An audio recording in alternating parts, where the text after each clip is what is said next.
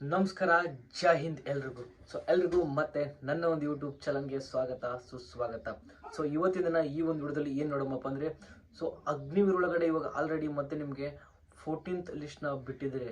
Agniveer final merit list ಒಳಗೆ ಯಾರೆಲ್ಲ fail ಆಗಿದಾರಲ್ಲ ಅದರೊಳಗಡೆ 14ನೇ ಲಿಸ್ಟ್ನ ಆಲ್ರೆಡಿ ಅನೌನ್ಸ್ಮೆಂಟ್ ಮಾಡಿದ್ದಾರೆ. ನಿನ್ನೆ ನೈಟ್ ನಿಮಗೆ ಜನವರಿ 8ನೇ ತಾರೀಕು 7 ಗಂಟೆ 14 ನಿಮಿಷಕ್ಕೆ ಆ ಒಂದನ್ನು ಆ ಒಂದು ಫೈನಲ್ ಮೆರಿಟ್ ಲಿಸ್ಟ್ನ ಔಟ್ ಮಾಡಿದರೆ ಅಗ್ನಿವೀರದಂತರೂ ಆಫರ್ ಮೇಲೆ ಆಫರ್ ಕೊಡ್ತಾನೆ ಇರೋದೆ.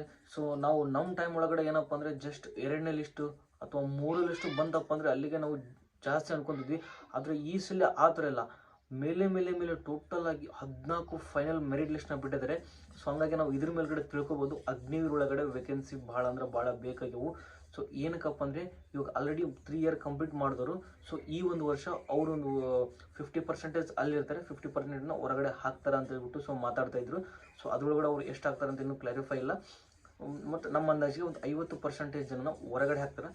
ಅವಷ್ಟು ವೇಕೆನ್ಸಿನ ವಾಪಸ್ ಫಿಲ್ ಮಾಡಬೇಕಲ್ಲ. ಹಾಗಾಗಿ ಅತಿ ಹೆಚ್ಚು ಸೈನಿಕರನ್ನ ಸೆಲೆಕ್ಟ್ ಮಾಡ್ತಾ ಇದ್ದಾರೆ ಅಗ್ನಿವೀರ್ ಒಳಗಡೆ.